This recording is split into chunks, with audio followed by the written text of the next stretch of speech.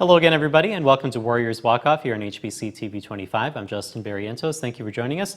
We'll start off with baseball first this week. Patrick Reilly, assistant coach at Winona State, joins us this week. And Patrick, thank you for joining us once again. No problem. You were on once before last year.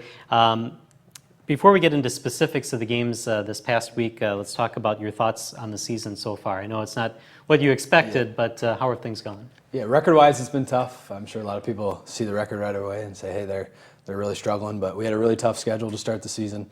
Coach Polk always seems to challenge the guys early on. We went down to Oklahoma, had a tough 3-game set down there. And then in Florida as well, we played actually all Florida schools except for, I guess, one from Texas. But very challenging schedule to start. And then, as you know, in all sports now in our conference, the conference is really tough. So the record's not the best, but the guys have done a really good job of staying positive, working hard, and we're looking forward to the final 20 games of the season. Now, again, we'll get into specifics later, but this past week you split all of your series. Yep. So do you think the team is playing its best baseball of the season? Definitely not. We're showing flashes. There are times where after the game I talk with Kyle and Matt O'Brien and Tyler Nearing, our other assistant, and say we're on track, and then the next game we come out and only have 3 or 4 hits and lose in a close 1 or 2 run game. So I don't think we're playing our best baseball. I think some individuals are starting to play their best baseball. We just need a couple more guys to get on board with that, at least from an offensive standpoint, and I think we'll hopefully continue to play well, but just get better as we get going too. All right, before I forget to ask, I know that when we talked to you last season, you said that recruiting was one of the main focuses that you have on the team.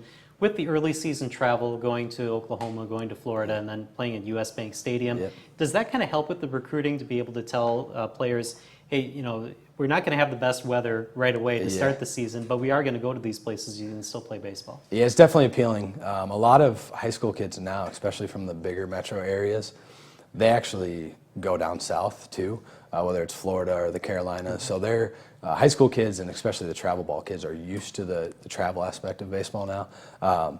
So going to Florida, going to Texas like we have actually 2 years ago now, going down south definitely does help. Playing up at US Bank Stadium definitely helps from a recruiting standpoint, just because we can see those kids that we're recruiting from the Twin Cities in a different venue. We're not watching them play, we're not going to their basketball or football games, but they can come and watch us play. And it kind of creates just a better relationship because you get to see them one more time before they decide where they're going to school. You mentioned Texas, you played at Minute Maid Park, and of course just mentioned US Bank. Does it kind of help that you're playing in those kind of big time venues then? Yeah, it's definitely cool. You can see the kids' eyes light up with their 16, 17-year-old, 18-year-old kids that come in. They really think something like that's cool. And once you're on campus and get to do that, our guys that got to go down and play at Minute Maid, they still talk about it. It's just a cool experience for the guys. What were your thoughts of playing at US Bank Stadium? What was that field condition like? Way better than the Metrodome, actually, I thought. Back in the day, the Metrodome, they would turn some of the lights off just to save money. They kept all the lights on. Actually, Minnesota played Missouri State right before us. They left all the lights on. The only thing they turned off was the scoreboard, the big scoreboard. So the playing surface was nice. The dugouts are a little different. They just kind of dropped some, they're almost like semi-trailers. They dropped in there and put a fence on the front.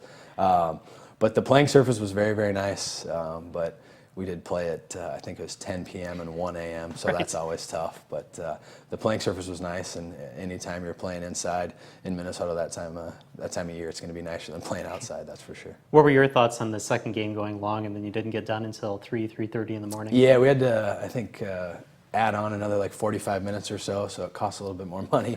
But it was worth it. It was a long night, long morning, and then luckily we had some time where we could take a day off. But it was at the end of our Florida trip as well, so our guys were a little banged up and a little tired from playing so many games in such a short amount of time. All right, let's back up and talk about the games from last week. When we left off with Coach Polk, you hadn't yet played Wayne State, and so kind of recap those games at Wayne State. Yeah, I played Wayne, lost the first one, got a little bit out of hand. I think we ended up losing like 11-3, 11-4, something like that. Lucas Crimmins pitched really well the first 2-3 innings, and then it just kind of got sloppy. Started walking some guys. I'll give them credit, they hit really well. So that first game was just a tough one, but our guys rebounded really well, played a great second game. We had a freshman that threw, Tanner Hazley, from Kimberly, Wisconsin. He threw for us and threw really, really well. And then Jesus Casares had a big day at the plate with some RBIs. It was not the best weather. It started raining in the second game and got a little cold. We got pretty much everything when we were there in Wayne. We got sun, we got cloudy, we had rain, we had wind. But that's kind of what you expect when you go to Wayne. You never know weather-wise what you're going to get out there. And then Parker Holmstrom came on in the second game, and he pitched really well that, and then that kind of carried over after that. Yeah, that's the best I've seen Parker throw. I don't know the exact amount of off-speed pitches he threw, but I bet it was less than 5. He was just throwing fastballs right by guys. So it's good to see him just get on the mound and say, hey, here's my best pitch, see if you can hit it or not. And he competed really, really well. We're going to need him to continue to throw well for us to be successful the rest of the year. And then it was Sioux Falls, and there was some weather concerns for Sioux Falls, so those games had to be moved up. So what does that do to the team when you have to move up a day to play? Yeah, it's not easy. I don't know how our guys do it sometimes. Luckily, Friday classes are a little lighter than other days of the week. It's tougher to move a game to Sunday, Monday than it is to Friday, Saturday, just because our guys have a lot of Monday classes. The hardest part was finding hotels. We actually didn't even stay in Sioux Falls. We stayed in Brandon, South Dakota, just east of Sioux Falls, but got the games moved up. It ended up working out fine, but it was better playing on Friday, Saturday because our guys got Sunday off that way too, so it ended up being very nice. Friday games were close, lost 3-2, kind of a heartbreaker in that one, and then 9-7 in the second game you got the win. Yeah, the first one was really tough. Salzburg threw really well. A couple calls didn't go his way. That's just how it is sometimes. But the second game was a very good game. We came at bat a little bit better, hit much better in the second game, and just continued plugging away at it and had a nice rebound to win in game 2. And then kind of the same thing in the next day. 7-6 was the loss in the first game, and then second game came back in that one. So kind of overall, what was the feeling coming out of Sioux Falls? Anytime you split, it's always like good, but still you feel like you could have done better. Game 3 of the series, the game we lost, 7-6, we had a comeback in the top of the 7th, I believe it was. That was one of the more fun comebacks I've ever been a part of, even as a player. But did a really, really good job of getting ahead in that game. Unfortunately, I'll give the kid credit for them. Matt Minnick, their 4-hitter, hit a home run to tie it up. And then they came back with a kind of a safety squeeze to win it. So that was tough, but it was great to see our guys respond. We went up, I think, by 11 at one time. So we had control of the game. But yeah, anytime you're done with the weekend and you have 2 wins and 2 losses, it's kind of like, it's good, but you feel like there's more out there you could have got. All right, well, we're going to take a break, and when we come back, Will Lundquist will join us right after this. Ever wish you could just swing by the local office to pay your bill quickly rather than calling a toll-free number and speaking to a machine? When you join the HBC family, you get that and so much more with local office locations and customer care. Whether you have general questions or would like to upgrade your services, HBC is here in your community, providing an unrivaled, personalized experience. Switching is easy and installation is free. And we're so sure you'll love HBC, we offer a 30-day guarantee. Visit hbci.com to learn more or call 888-474-9995 to experience the HBC difference. I play because this is my destiny. What a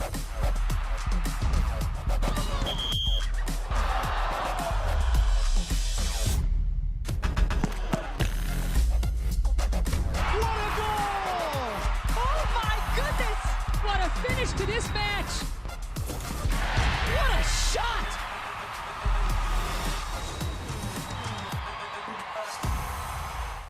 And welcome back to Warriors Walk-Off here on HBC TV 25. Will Lundquist joins us, senior pitcher for Winona State. And let's talk a little bit about last season, the fact that you didn't get to play at all last season. You told me it was a kind of shoulder labrum tear injury. Talk about what happened to get the injury and how you came back from that. So I threw quite a bit of innings in my junior year and threw quite a bit in the summer. So just overuse kind of led to the injury. And so sitting out a season, which is kind of different because I've never had to have that happen in sports. I've always been playing every day. And so it was definitely interesting to have a different role on the team. Okay. What were some of the things that you had to do then to rehab that injury and to get ready for this year? A lot of work with our trainer, Brandon Donahue. A lot of just shoulder exercises. The first month was basically him lifting up my arm for me and stretching it out and all those exercises, and I still have to do them every day now to keep it strong and healthy so I can be able to pitch now. How do you feel now? I mean, do you feel any different than you did prior to the injury? I can tell there's, I've lost some strength and some mobility and some velocity on my pitches, but I've been able to figure out ways working around that to still do the job. All right. And so, Coach, when a player goes down with an injury and they have to miss the season, how do you kind of make them still feel part of the team even though they can't get out there and play? Yeah, it's tough, especially with as much as we practice and much as we play. It's pretty much you go from playing in high school where it's 3 months to almost a year-round job for you at the college level. But Will's done a good job with it of just being a really good teammate. From a knowledge standpoint, Will's probably one of the smartest baseball guys on our team. So he did a really good job last year just keeping guys in the game, keeping them up mentally, talking to them about situational baseball, what should we be doing, those type of things. But yeah, anytime you have to watch it from the sidelines instead of actually play, it's tough to do, and it's interesting to see how guys respond to that, and I thought Will did a good job. Well, in doing some research on you, I saw an article that the Star Tribune had on you back in 2012, and you told them that you've been playing baseball since you were 3 or 4. That's kind of when it started. So with that kind of history behind you, I mean, what did you do last season to kind of help the team and keep your mind fresh and get ready for this year? Like Coach Reilly said, I just try to talk with the guys, especially the young guys, if something wasn't going right, what I did in those situations, different pitch grips, different exercises I did, mental preparation before games to try and help them out and just try and get them to succeed in different ways. Now, since it's been a while since that article came out, you might have forgotten a little bit about it, but I got to point out that the title to the article is probably one of the best that I think I've ever heard. I think you remember it now. I do. Hesitate and You're Mine. That was the title of the article. What did you think when you saw that come out? I kind of laughed a little bit with my dad. The headline came from one of the questions that was asked, and I responded that when I see somebody kind of looking timid coming to the plate or walking up or they don't look too confident, I was like, okay, well, I'm going to get this guy out. And so that's where he got the headline. Very good. Writer. At Lakeville South, you have the school record for wins, most strikeouts in a game, and lowest ERA in a season. What are some of the things that stand out for you playing at Lakeville South? Well, it's the biggest thing that I got from playing at Lakeville South is just kind of, having that tradition of, now I can go back and people see me and I can go visit my old coaches and work with them at practice, and I actually coach for them in the summer. So it's just kind of nice to be a part of the tradition that we kind of started when I played. All right. And were you the coach that kind of recruited Will? Yeah, I saw him the most. Coach Polk knew him as well, obviously with the numbers that you just said. It's kind of hard to not know about a kid like that in the Twin Cities area. It's even nicer that it was in the South Metro, so not too far from Winona. But yeah, he pitched in some really big games too, and won some games that typically Lakeville South hadn't won in the past.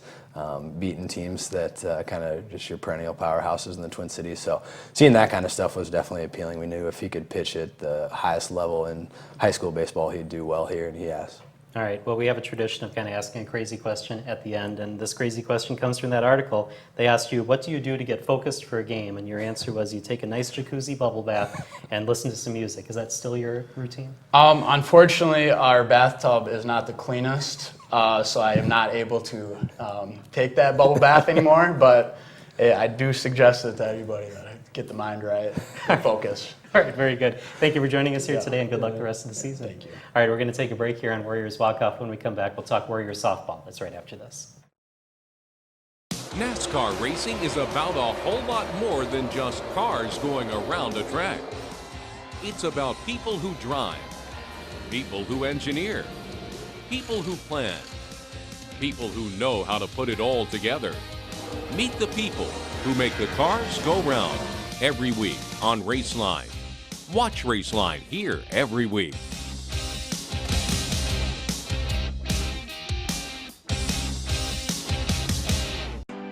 Northland Outdoors is about so much more than the biggest fish or the hottest hunting spots. All across the Northland, there are amazing people with incredible stories to tell.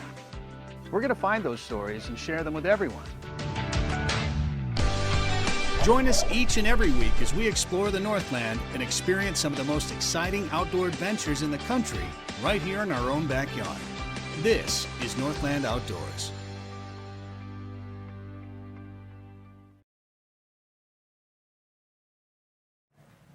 And welcome back to Warriors Walk-Off here on HBC TV 25. Time now to talk softball with head coach Greg Jones. And it's kind of getting hard to ask questions of you because I'm not sure exactly what to ask. You won now 14 consecutive games coming into this week. You won your 30th game of the season over the weekend, 17th straight year that Winona State has won 30 or more games in a season. Prior to you becoming a coach, there had only been one 30-win season coming in. When you hear those kind of numbers, and I could go on and on with that, what do you think when you hear those numbers?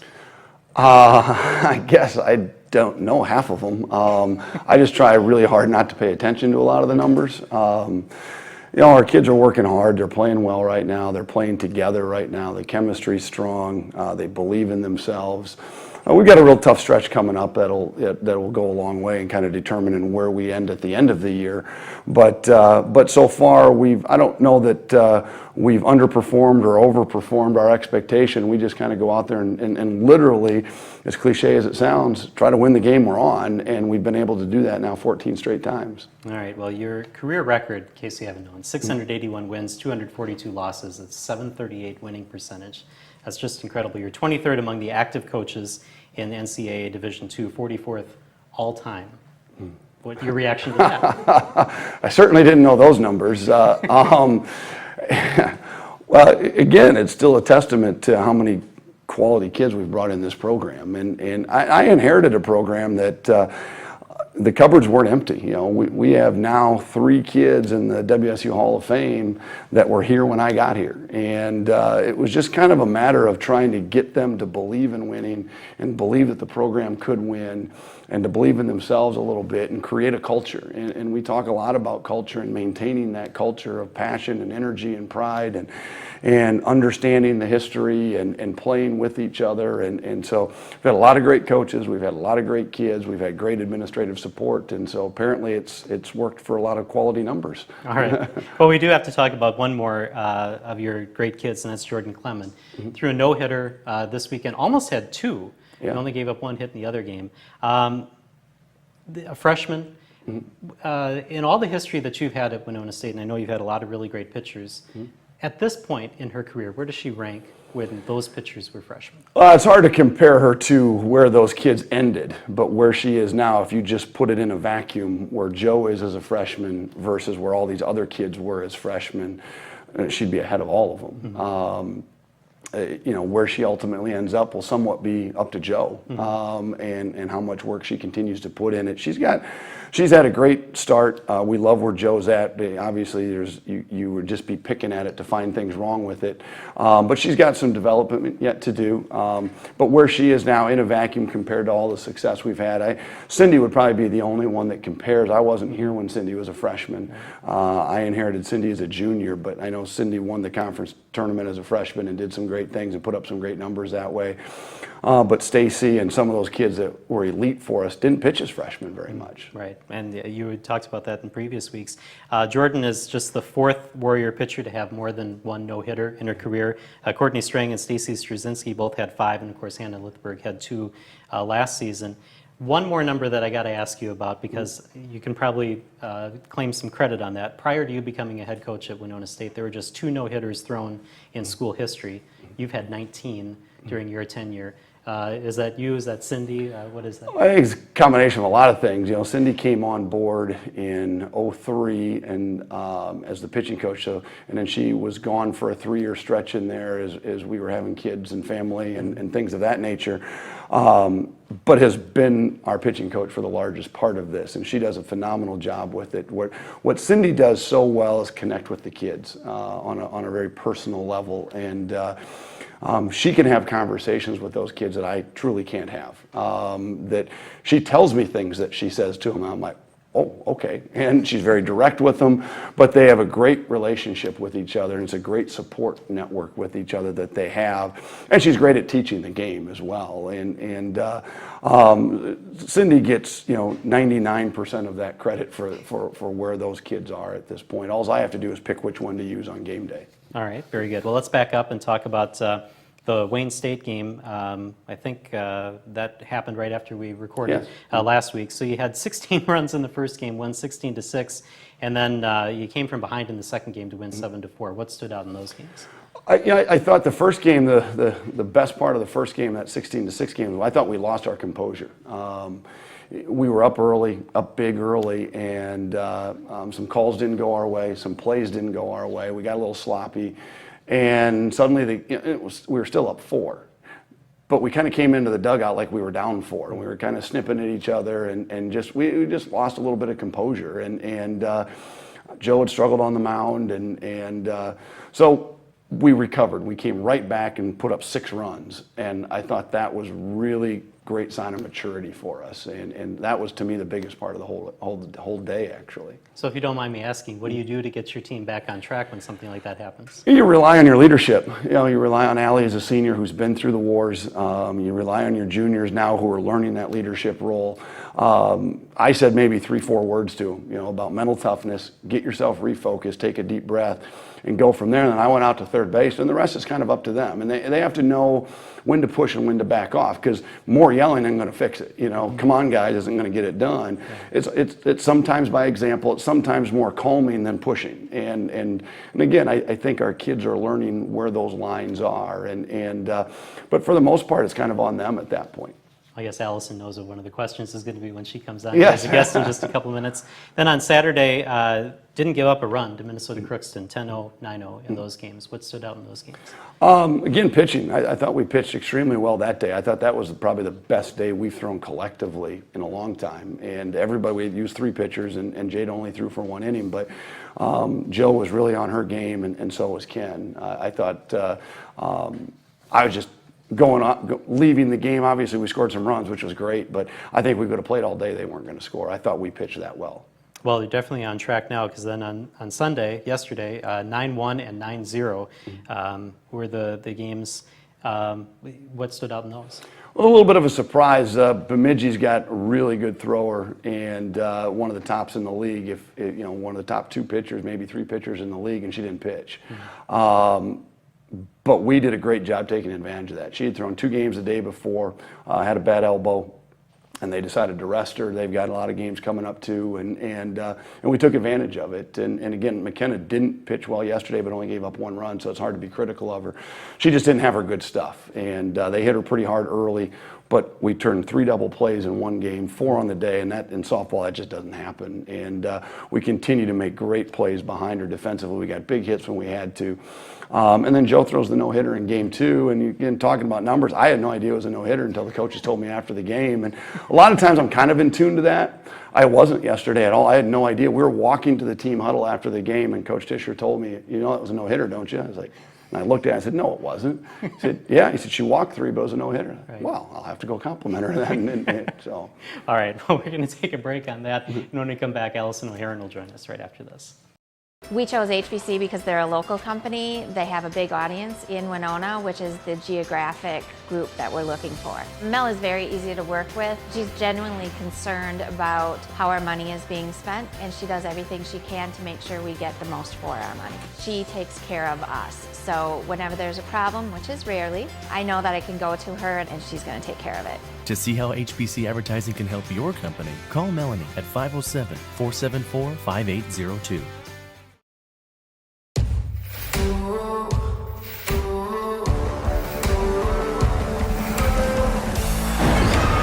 This is as good as there is. He got it. Here comes Harper. Got him. What a play. Incredible. And they got him. That kid is unbelievable. Now, game over. Everything you love about baseball is on FS1. And welcome back to Warriors Walk-Off here on HBC TV 25. Allyson O'Herron joins us. Thanks for joining us here today.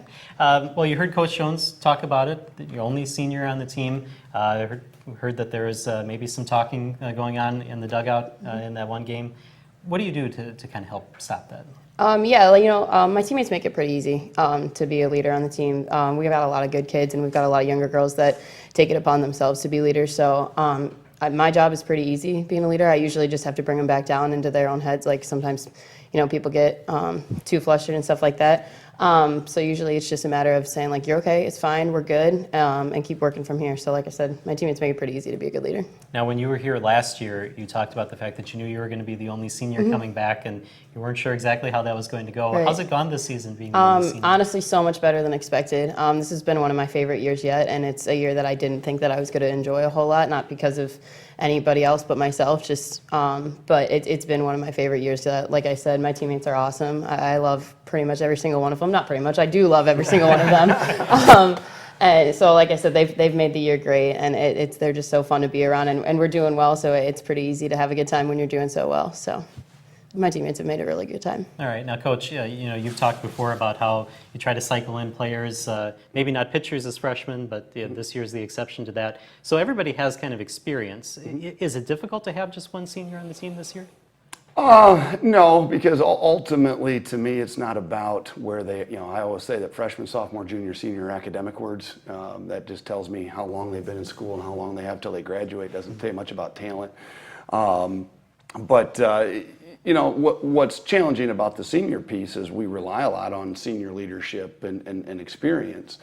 Where now this year we've had to do that with our junior class and bring them into that piece too, because what I didn't want ever was for Allyson to feel like she was on an island, and I didn't want her to stand out from the rest of them in any way, good or bad. I didn't want to put that on her, nor did I want to put it on the rest of the team. So it's kind of been a blended experience about trying to figure that out and how to do it that way. All right, well, I'm going to get your thoughts on this next question, but first with Allyson, you're listed as a shortstop third baseman, but in 2015 you're the primary second baseman. This year you play first base. Talk about playing all those different positions. I mean, have you played a lot of first base? Was that just kind of thrown on you this year? It was kind of thrown on me last year, actually. I was in Coach's office for some reason. I don't really remember why, but he gave me a first baseman, and he was like, "Hey, why don't you try this out?" And I was like, "Me? You want me to try it out?" So no, I never played first base before, but and like I said, in high school I played shortstop. But I always say I like to play on the field. I don't really care where I play. So whatever team needs, I guess. I don't know. I've actually really enjoyed it. So. So what was your thought of putting Allyson at first base this Allyson year? wants to pitch, but we're not going to let her. I would love to. No, even when we recruit, we talk about not wanting kids that play positions. I don't need a first baseman, I need a softball player. I don't need a shortstop, I need a softball player. Because everybody on this team is good, and so it's a matter of where do they all fit. And I remember when Morgan graduated, and everybody kept saying, "Who's going to play first base, Coach? Who's going to play first base? Morgan's been so good." And I kept telling people, "Allie." Really? Yeah. But Allie came in as a walk-on, as a freshman. It was a shortstop. And she ended up starting by about she played a little bit early in the dome in bits and pieces. And then we got to Florida, and she started the first game in Florida because of an injury. And you talk about the old Wally Pipp disease, nobody else got on the field. Nice. She's basically started every game of her career since then. And she just kind of owns the position. Wherever she goes, she looks like that's the position she's played her whole life. Wow, very good. Last question that we have here. Warriors got talent this year. You were the co-MC. We had Joe on last week. How did it go for you? It went pretty well. Joe's a great friend that I'm probably going to kill someday. But yeah, I don't know why, but he decided on Facebook that he was going to make a post that said that I was going to do an interpretive dance to the song 1,000 Miles. Not something I agreed to. This wasn't like a bet. He just decided that this was something he was going to do. And Joe, being the person that he is, of course, he achieved his goal. And I didn't do it. And then we were asked to host the show together. And I said yes. And then I had no idea that it was coming. It was right after my team had done their performance. And then Joe started talking. And then he said something about me dancing. I was like, oh my God, he didn't. He didn't do it. And then there was no way to get out of it because all these people were sitting here watching me. What was I going to do? So I had to do it.